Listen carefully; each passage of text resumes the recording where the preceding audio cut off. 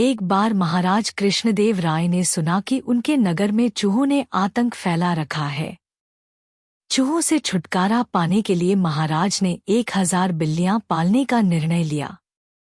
महाराज का आदेश होते ही 1000 बिल्लियां मंगवाई गई। उन बिल्लियों को नगर के लोगों में बांटा जाना था।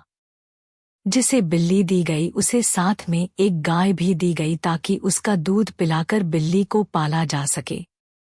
चूहों से सभी लोग परेशान थे। अतः जब बिल्लियां बंट रही थी तो लोगों की लंबी लंबी कतारें लग गई थी। इस अवसर पर तेनालीरामन भी एक कतार में खड़ा हो गया।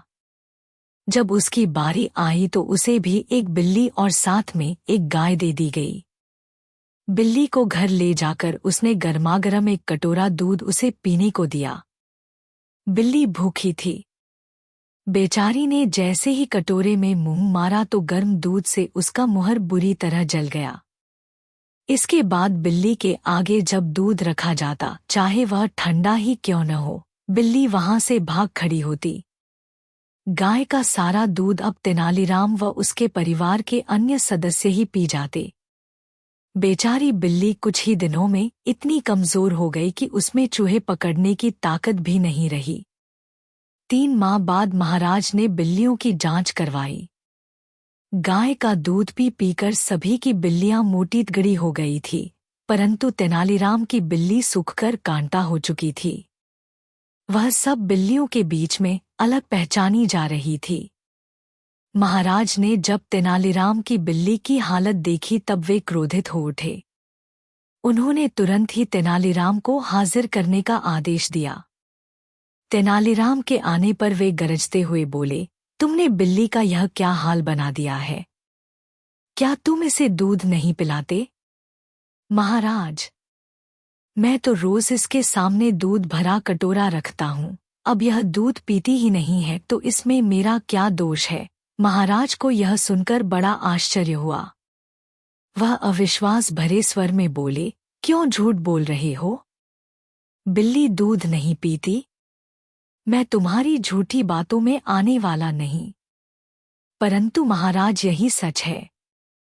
यह बिल्ली दूध नहीं पीती। महाराज झल्लाकर बोले, ठीक है। यदि तुम्हारी बात सच निकली तो तुम्हें 100 स्वर्ण मुद्राएं दी जाएंगी, अन्यथा 100 कोड़ों की सजा मिलेगी। मुझे मंजूर है। तेनालीराम शांत भाव से बोला। तुरंत ही महाराज ने एक सेवक से दूध का भरा कटोरा लाने का आदेश दिया। सेवक जल्द ही दूध से भरा कटोरा ले आया। अब महाराज ने तेनालीराम की बिल्ली को हाथों में उठाया और उसका सिर सहलाते हुए दूध के कटोरे के पास छोड़ते हुए कहा, बिल्ली रानी दूध पियो। बिल्ली ने जैसे ही कटोरे में रखा दूध देखा, वह म्याऊं म्याऊं करती हुई वहां से भाग निकली। महाराज, अब तो आपको विश्वास हो गया होगा कि मेरी बिल्ली दूध नहीं पीती।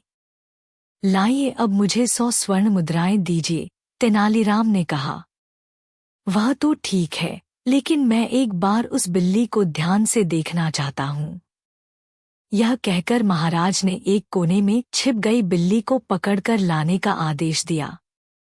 बिल्ली को अच्छी तरह देखने पर उन्होंने पाया कि उसके मुंह में जले का एक बड़ा सा निशान है।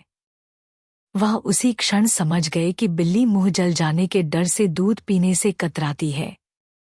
वे तेनालीराम की तरफ देखते हुए बोले, अरे निर्दयी, तुमने इस बिल्ली को जानबूझकर गर्म दूध पिलाया ताकि यह दूध न पी सके। ऐसा करते हुए तुम्हें शर्म नहीं आई? तेनालीराम ने उत्तर दिया, महाराज, यह देखना तो राजा का कर्तव्य है कि उसके राज्य में बिल्लियों से पहले मनुष्य के बच्चों को दूध मिलना चाहिए। इस बात पर महाराज हंस दिए। उन्होंने तेनालीराम को तुरंत ही 1000 स्वर्ण मुद्राएं भेंट की और बोले, तुम्हारा कहना ठीक है, परंतु मैं आशा करता हूँ कि भविष्य में तुम बेजुबान पशुओं के साथ दुष्टता नहीं करोगे।